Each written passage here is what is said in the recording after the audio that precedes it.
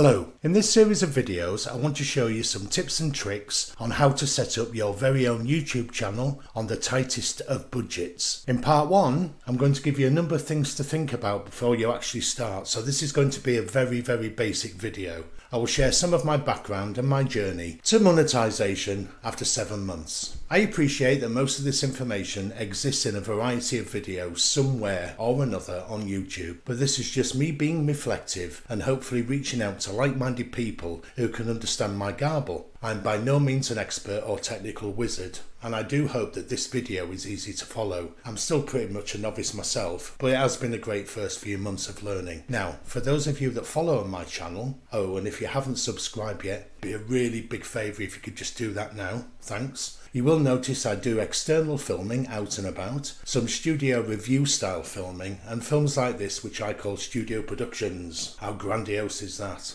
And that's the beauty of doing something like this on YouTube. You're very much your own boss. You can call the channel whatever you want. You can give yourself whatever title you want in your head. And most importantly, in my opinion, you really don't need to rely on anyone else. I used to really fear branching out on my own. I always felt like I needed a partner or partners to be along for the ride, only to be ultimately let down because they simply don't want to follow your dream, but one of their own. So I suppose that's fair enough, really. We've all watched countless how to do it videos and given up halfway through. There is absolutely no subscription needed for this information I'm giving. I'm not linked or sponsored to any company, and I won't be breaking off to try and sell you something. I just want to celebrate monetization, I guess, and to let you know it can be done if you just go for it. So a little bit of background. I've been uploading onto this channel since mid-November last year. I initially started by renaming an old, never used YouTube channel to upload a Christmas song I'd written. It was a good way of sharing the song on my socials to try and garner some interest in it. Now obviously I needed to make a video to go with that, so I will cover that in another episode, and you can do it too. It was nice, but the legacy and reputation of Slade all the way through to Lad Baby, I would say, is firmly unharmed and protected. However, getting positive feedback on something I had created inspired me to want to do more. I didn't have a clue what I wanted to do. It was very broad at that stage, very broad, and it still is really. I guess I'm using my time of life as a reason for my channel, hence the name. So there's some reminiscing, some nice walks out, getting the steps in, and more recently I've done a bit of citizen journalism. It was never about earning money, that's for sure. I just wanted to share nice things I'd experienced with people, and more recently ask questions that need to be considered. Anyway, enough of my waffle. So if you are thinking about doing your own channel, have a think about the following. It's not an exhaustive list, by the way, but just some key points that came to mind. I of course will happily answer any questions you may have in the comments or direct messaging. So here we go. Tip number 1.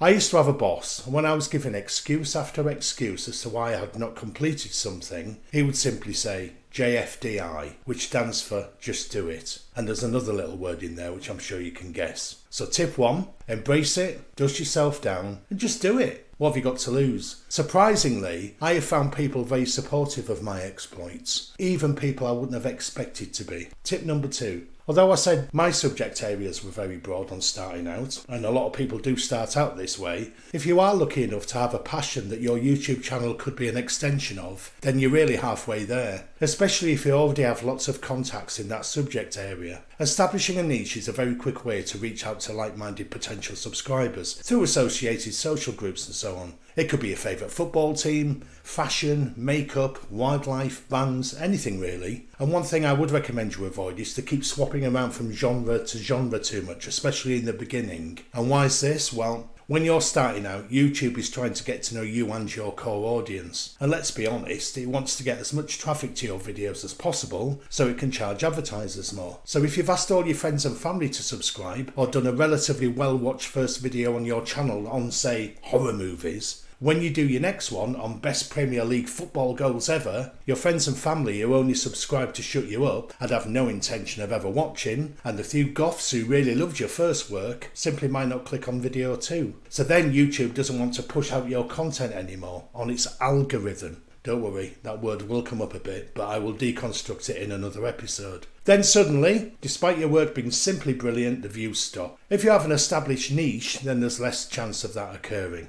Think of your subscribers as a sounding board, so choose them carefully. If Auntie Mary and her 6 ladies who lunch mates are never going to log in, you're probably wasting your time. And I'm sorry, Auntie Mary. Tip number 3, decide your budget and stick to it. Obviously with cameras, mics and techie stuff, you can spend an absolute fortune, but really you don't need to. My advice, as it's a new hobby, is to buy the bare minimum for what you need and maybe add on or upgrade when you feel a bit more confident and can understand the results you're getting. Obviously you don't want to compromise on quality if you can help it, but what you don't want to do is have a spare room full of stuff you either don't use or can't be bothered to get stuck into. Then the fear or apathy factor creeps in. Tip number 4, develop a thick skin. I used to be so worried when I first started receiving negative comments. Thankfully they're few and far between. However, now I've moved on to asking contentious questions about topical issues, I do appreciate that this will make me a target for criticism on both sides of an argument, even when I try my hardest to be unbiased and objective. But just think, by the time you've made a cuppa, they've probably, that's the people who've commented negatively, lambasted another 10 people in your absence, so treat yourself to a biscuit. Tip number 5, for goodness sake, just enjoy it. You're getting out and about, you're getting off the settee, you're crafting a nifty bit of work in the studio, or you're hosting a newfound podcast in the streaming world. You're making memories. You will always have something to look back on, and friends far and wide can see a window into your world. And once you're monetised, even that video you made way back will start pulling in money, albeit just a few pence maybe. Tip number 6, and on that note, don't really think about earning money. Treat this as just a little bonus pot. The sums won't be great, so don't hand your notice in at work just yet. It's a hobby, a bit of fun. Think of it like, I don't know, golf or fishing or whatever it could be. You may have to buy some equipment, you may have to drive to a few places to do this hobby, and this is the same really, just a bit of fun. Tip number 7, something I've become very wary of lately. Don't be repetitive too much or over-reliant on a particular topic. You don't want to misrepresent yourself, and you do need to be brave. It's better in the long run, otherwise that topic can simply take over your channel. Tip number 8, try and understand how the videos work and be patient. Whether this is correct or not, and I don't think there is a right or wrong, I tend to have a cadence or frequency of uploading a long form content video around once a week. Sometimes I might clip it into a short to try and raise some awareness if it's a slow burner, but not straight away. Ooh,